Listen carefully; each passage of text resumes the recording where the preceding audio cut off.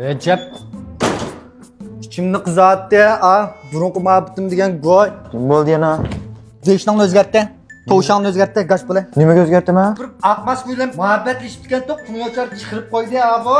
Jon, soatiga birdan satan qizib oldim bizga o'zgartdi. Gash bo'la. Ma'qul. Ha. Uning keyin menga Roma, bo'lib ketadigan gaplarni yo'lla, men qaytarmay. Men jer to'qib chiqarmayman. Ma'qul. Bo'ldi.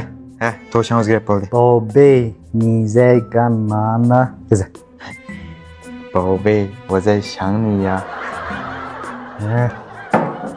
晚上要不要去约会呀，宝贝？可以呀，那我去洗个澡等你。好的，宝贝，等你哟。我真的太想你了。 Mana, bunda punyochani menma chiqiraman. Yolg'on gapni qilib qamlashtirib ketgansiz. Yolg'on gap emas u.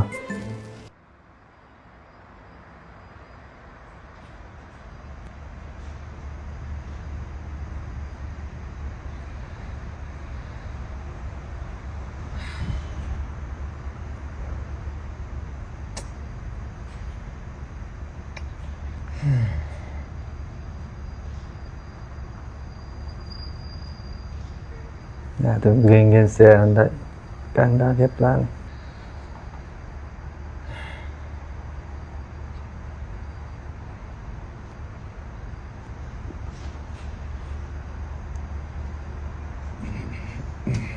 Nimaligini ya tushunmadi.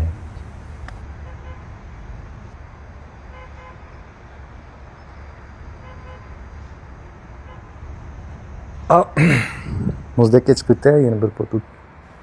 Pension oldi.